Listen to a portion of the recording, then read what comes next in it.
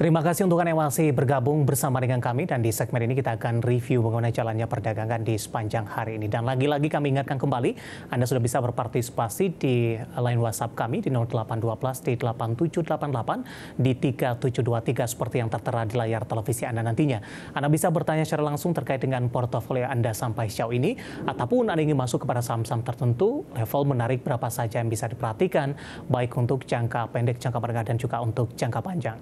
Dan saat ini kami sudah terhubung melalui Zoom bersama dengan Bapak Octavianus Audi, maksud kami, yang merupakan pengamat pasar modal. Kita akan langsung sapa saja. Pak Audi, selamat sore, apa kabar Pak? Selamat sore Pak David, kabar baik, terima kasih. Ya, terima kasih juga sudah meluangkan waktu di IDX Channel, dan tampaknya kabar baik juga ini untuk indeks harga saham gabungan hari ini menguat signifikan di atas 1% dan sudah kembali berada di atas level 6.800-an. Dan kondisi yang sama juga terjadi untuk rupiah dan sudah meninggalkan level 15.900-an per dolar Amerika Serikat.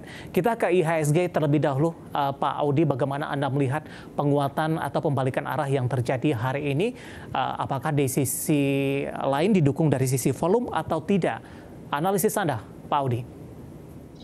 Ya, terima kasih. Oke, sebenarnya untuk hari ini cukup menarik. Kenapa saya bisa katakan menarik? Karena kemarin itu sebenarnya posisi IHSG sudah mulai masuk jenuh jual, dan ternyata hari ini benar rebound. Cuma yang mesti kita garis bawahi adalah sampai dengan pre-closing, ternyata untuk nilai transaksi dari bursa itu ya sekitar hanya 6,5 triliun. Dan kalau kita lihat average-nya dalam 20 hari terakhir, sebenarnya kita biasanya ditransaksikan di sekitar di atas 9 triliun. So, jadi memang ini cukup mengkhawatirkan. Memang kalau kita lihat ditambah lagi saat ini memang IHSG sudah bergerak di bawah EMA 200 yang itu merupakan adalah support jangka panjang, dan kemarin sudah di breakdown dan ternyata hari ini masih belum berhasil naik. Jadi sebenarnya saya berharapnya hari ini bisa ditutup setidaknya di atas 6820, tapi ternyata masih sekitar di 6813. Nanti kita coba lihat lagi. Kalaupun tidak, ya saya berharap sampai dengan besok ataupun di minggu ini bisa kembali lagi. Karena kalau misalkan ternyata nanti sampai dengan sepekan ini IHSG gagal naik lagi ke atas EMA 200, ya dikhawatirkan pelemahan bisa kembali lagi berlanjut. Karena kenapa? Kalau kita lihat dari sisi perbankan sendiri, ya walaupun sudah ada beberapa yang sudah rilis ya, seperti BCA sudah melaporkan kuartal ketiga, ternyata tidak serta-merta menjadikan fondasi atau menjadikan realisasi untuk penguatan harga dari BCA itu sendiri. Dan ini memang dikhawatirkan asing ini masih terjadi capital outflow. Dan kalau kita lihat dalam 1 bulan terakhir, banking top 2 banking BRI dan BCA itu terus dilego oleh asing, dan ini memang kami sangat mengkhawatirkan sekali ya, walaupun sudah dilakukan pengetatan kebijakan lagi ya oleh BI, di mana dinaikkan lagi suku bunganya 6%. Baik, apakah faktor global masih mendominasi sejauh ini? Perang Hamas-Israel, inflasi tinggi, kemudian juga bermuara nantinya The Fed akan mempertahankan suku bunga acuannya tetap di level tinggi, Pak Audi? Ya, sebenarnya kalau kita lihat baik bursa Indonesia maupun regional, kita lihat Asia dan juga termasuk di Amerika, ini sebenarnya kita lebih istilahnya lebih disetir oleh terkait dari obligasi, terkait juga dari suku bunga. Dan memang ada hal yang membuat kemungkinan The Fed ini akan higher for longer. Jadi ini juga kemarin sudah dibahas oleh Menkyu dan menyatakan bahwa memang kita mengantisipasi juga bahwa suku bunga ini akan tertahan cukup panjang untuk di level yang cukup tinggi, dan ini jelas korelasinya negatif terhadap pasar saham. Jadi memang dari satu sisi BI ingin menjaga nilai tukar rupiah, tetapi memang di sisi lain ini memang impact-nya akan berdampak, ya pertama daya beli bisa turun, dan yang kedua adalah ekspansi dari emiten ini juga bisa terhambat. Dan itu ujung-ujungnya adalah membuat ya IHSG akan lesu. Dan ini memang kalau saya lihat lebih karena faktor eksternal ditambah juga lagi ada dengan geopolitik. Oke, Pak Audi, tadi Anda katakan dari sisi volume penguatan indeks harga saham gabungan kurang mendukung hari ini. Apa yang bisa kita cermati, apa yang bisa disimpulkan terkait dengan kondisi ini? Apakah penguatan indeks harga saham gabungan ini belum kokoh dan potensi ruang koreksi juga masih cukup terbuka lebar? Ya, sebenarnya kalau kita lihat dengan hari ini kita bisa ya sampai dengan pre-closing ya bisa bergerak di atas 1%, ya seharusnya memang demand itu harusnya terbentuk, dan ya, demand terbentuk juga kita bisa lihat dari volume transaksi, dan ternyata volume transaksi kita hanya 0,7 kali dari average-nya. So ini memang kurang daya gedor ya, saya pikir ini hanya kemungkinan kenaikan sesaat juga bisa terjadi karena beberapa kali Baik. ISG pun terjadi hal yang sama gitu ya. Ditambah memang sektor dari keuangan ini masih belum menunjukkan adanya perbaikan yang cukup kuat gitu yang menjadi fondasinya untuk ISG. Lagi-lagi dari rilis kinerja mereka, BBCA tadi oke. Kemudian juga beberapa perbankan big cap lainnya akan mengikut dan banyak memproyeksikan juga oke. Apakah memang pertimbangannya memang dari sisi sentimen global lagi ini, Pak Audi? Ya, sebenarnya sentimen positif yang bisa kita dapatkan ya, kalau kita lihat dari eksternal memang lebih banyak negatifnya. Dari dalam negeri sebenarnya ada satu sentimen cukup positif ya, ini dari rilis kinerja kuartal ketiga. Cuma kalau kita lihat dari beberapa emiten yang sudah merilis ya, memang yang cukup kuat ini adalah dari healthcare. Ya, kemarin ada Hermina yang sudah merilis laporan keuangan dan itu sejalan dengan harga sahamnya naik lebih dari 14%.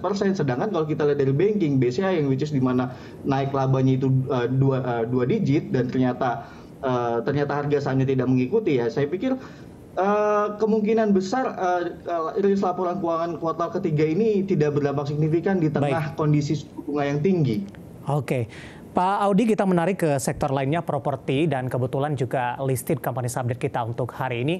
Tadi juga disampaikan Bapak Jokowi ini memberikan sinyal ini akan memberikan insentif PPN kepada sektor properti. Meskipun masih dalam batas rencana dan baru akan dibahas, hari ini respon dari para investor juga cukup cepat ini. Bagaimana Anda melihat posisi ini, terutama dari sisi peraturan, apakah akan segera diputuskan dan baru dampaknya lebih ke arah untuk jangka menengah dan jangka panjang?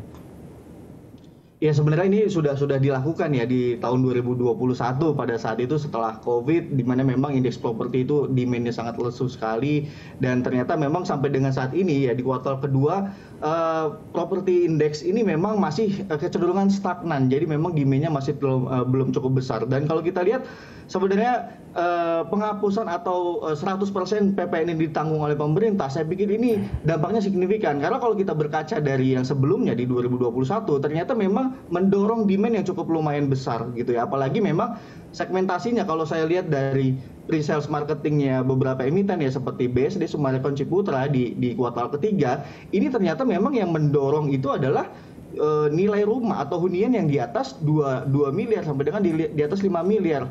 Yang menjadi segmentasi dari Presiden Jokowi adalah memang yang 2 miliar ke bawah. Dan saya pikir ini adalah harusnya sangat mendorong sekali. Yang ditambah developer ini harusnya mulai berfokus lagi nih ke tapak rumah yang memang medium to low gitu ya. Kalau kita lihat memang beberapa emiten seperti Ciputra memang target segmentasinya juga banyak juga hunian yang di bawah 2 miliar. Jadi saya pikir ini sangat efektif sekali dan jika memang diberlakukan lagi ya saya pikir indeks properti juga kembali menguat, demand juga kembali terbentuk. Pak Audi, di sepanjang perdagangan hari ini, properti termasuk salah satu sektor yang paling menguat cukup signifikan. Ketika tadi indeks harga saham gabungan menguat tapi tidak didukung dari sisi volume. Nah, bagaimana dengan saham-saham properti di sepanjang perdagangan hari ini? Penguatan didukung dari sisi volume dan di antara beberapa saham, mana yang paling Anda rekomendasikan terutama dari sisi teknikalnya? Ya, kalau kita lihat hari ini indeks properti kemarin sudah masuk zona jenuh jual dan hari ini ternyata rebound 1,87%. Ini bagus sekali, memang didominasi oleh sentimen ya walaupun masih belum resmi ya. Tetapi kalau kita berkaca dari yang kebijakan sebelumnya dan itu works, saya pikir ini juga investor pasti akan melihat gitu ya ke depannya pasti sentimennya juga akan menjadi positif. Dan kalau kita lihat memang kalau berdasarkan yang tadi sudah disampaikan bahwa memang fokusnya adalah untuk medium to low, yang artinya hunian yang di bawah 2 miliar, ini memang kalau kita lihat segmentasi Ciputra, lalu juga BSD ini yang paling masuk. Jadi memang saya melihat potensi yang cukup besar dari Ciputra dan dari BSD untuk ke depan. Baik, kita akan ulas secara teknikal. Kita ke CTRA terlebih dahulu, Pak Audi. Hari ini menguat di 3,54% di 1025, jangka pendek dan jangka menengah arahnya akan kemana? Ya, untuk CTRA sebenarnya memang masih bergeraknya cenderungan lebih ke sideways untuk jangka menengah, tetapi memang ada divergen positif dari MACD. Jadi saya pikir ini on technical sudah ada sinyal-sinyal pertanda bullish gitu ya. Dan untuk saat ini bisa untuk trading buy sebenarnya untuk Ciputra karena sudah mulai bergerak lagi ke atas MA20 ini bagus sekali dan untuk targetnya sebenarnya bertahap. Ya, ini adalah yang pertama adalah sampai dengan di 1090. Target pertamanya dan nextnya kemungkinan bisa sampai dengan di 1150. Jadi memang lumayan besar gitu ya. Dan untuk supportnya adalah di 970. Jadi selama masih di atas 970, CTRA masih cukup oke. Baik, di perdagangan akhir Agustus sempat menembus di atas level 1175. Namun September-Oktober lebih cenderung mengalami pelemahan ini dan sudah kembali berada di 900-an dan saat ini sudah di 1025. Penurunan ini merubah pola dari pergerakan CTRA tidak, Pak Audi? Saya pikir tidak, karena kalau sebenarnya kalau kita lihat CTRA itu sempat membagikan dividen di bulan Juli, dan kalau kita lihat dari yang setiap tahunnya memang rutin dia membagikan antara di Juli sampai dengan di Agustus. Dan kalau kita lihat patternnya adalah setiap bagi dividen selesai itu biasanya memang koreksi harga itu terjadi, dan saat ini memang sudah mulai fasenya dia mulai bergerak konsolidasi atau sudah mulai membentuk base dengan dia bergerak sideways. Ya saya pikir tadi selama dia masih akan stay di atas 970 dan dia mempertahankan sideways-nya, once nanti dia breakout, ya target sampai dengan di 1150 sangat terbuka sekali. Oke, baik. Dari CTRA kita bergeser ke BSDE, salah satu saham properti yang juga Anda rekomendasikan. Analisisnya untuk BSDE penutupan hari ini di 1010 menguat di 4,12%. Ya, untuk BSD agak sedikit berbeda dengan Ciputra kalau kita bahas secara teknikal. Jadi memang untuk BSD lebih ke spekulatif atau bisa untuk buyout weakness. Dan untuk area saat ini sebenarnya di 1010 sampai dengan di 1000 ini merupakan area yang cukup baik untuk dimulai dikoleksi. Itu ya, dan untuk level supportnya bisa dipertahankan di atas 970 yang artinya sama dengan open hari ini gitu ya. Kalau misalkan nanti seminggu ke depan dia tidak turun ke bawah 970, saya pikir itu sangat bagus sekali. Dan kuncinya untuk BSD adalah dia harus melewati MA 200-nya dulu, yaitu adalah di level 1045. Untuk jangka panjang untuk jangka menengah sampai dengan panjang, ketika BSD sudah di atas 1045, saya pikir itu sebuah konfirmasi yang investor boleh perhatikan dengan targetnya. Jika dia sudah breakout, maka bisa sampai dengan di 1200. Baik, analisis untuk kedua saham properti ada BSDE, kemudian CTRA. Dari sisi teknikal, kedua saham ini paling direkomendasikan dan lagi-lagi keputusan investasi tetap ada di tangan pemirsa IDX Channel. Pak Audi, sebelum membahas bagaimana updatean perdagangan di sesi kedua hari ini, data yang berhasil dihimpun oleh tim redaksi kami, saya akan coba singgung sebentar terlebih dahulu mengenai kebijakan suku bunga Bank Indonesia kemarin menaikkan menjadi 6% begitu. Bagaimana Anda melihat posisi kenaikan ini, kemudian juga dampaknya kepada sektor properti, dan ada perimbangan dari kebijakan pemerintah yang akan memberikan insentif? Ya, sebenarnya kalau kita balik lagi ya di tahun 2021 di mana memang ada insentif, dan waktu itu memang suku bunga itu baru mulai start untuk naik, dan posisi saat ini memang bisa dikatakan cukup berbeda dengan kondisi ya di level 6% ini sudah termasuk cukup tinggi kalau kita lihat secara historikal. Ya sebenarnya kalau kita lihat demand yang mau dicari oleh pemerintah yang mau dibuat gairah adalah memang medium to low. Jadi saya pikir untuk saat ini memang masih belum ada gerakan, dan kalau kita lihat dari pre-sales data yang sudah dirilis seperti Ciputra, BSD dan Sumarekon, itu memang yang mendorong kenaikan adalah pre-sales marketingnya adalah yang hunian di atas 3 sampai dengan 5 miliar. Jadi sebenarnya kalau kita bicara yang medium to up, itu sebenarnya tidak ada masalah, demand itu masih cukup tinggi. Tetapi kalau kita lihat sekali lagi, dengan kondisi suku bunga seperti ini, ya mungkin nanti kita coba lihat lebih detail lagi. Kalau ternyata memang hanya PPN yang disubsidi atau dalam artian yang ditanggung pemerintah, ya saya pikir masih cukup lumayan untuk mendorong demand. Oke, artinya kita menunggu perkembangan seperti apa kebijakan nantinya, karena ini hanya baru sebatas rencana dan dampaknya lebih ke arah jangka menengah dan juga untuk jangka panjang. Pak Audi, kita hold terlebih dahulu. Saya akan sampaikan bagaimana update penutupan indeks harga saham gabungan di sesi kedua hari ini. Dapat Anda saksikan juga papan perdagangan di layar televisi Anda pemirsa, di mana indeks harga saham gabungan masih ditutup di zona hijau, tapi penguatannya lebih ke arah terbatas, menguat di 0,96% dan masih dipertahankan di level 6.800-an, tapi levelnya cukup mepet ini di 6.806.762, level tertinggi hari ini tadi sempat menyentuh di 6.826.049. Langsung saja kita ke grafis yang pertama pemirsa, kita akan coba lihat data perdagangan lainnya yang berhasil dihimpun oleh tim redaksi kami. Penutupan dari beberapa indeks lainnya seperti MNC 36 mengalami penguatan di 1,46%, Jakarta Islamic Index menguat di 1,58%, LQ45 menguat di 1,35%. Ya, dapat Anda saksikan juga grafis di layar televisi Anda, pemirsa, penutupan dari beberapa indeks lainnya seperti MNC 36, Jakarta Islamic Index, dan juga ada LQ45. Ya, MNC 36 menguat di 1,46%, Jakarta Islamic Index menguat di 1,58%, LQ45 menguat di 1,35%.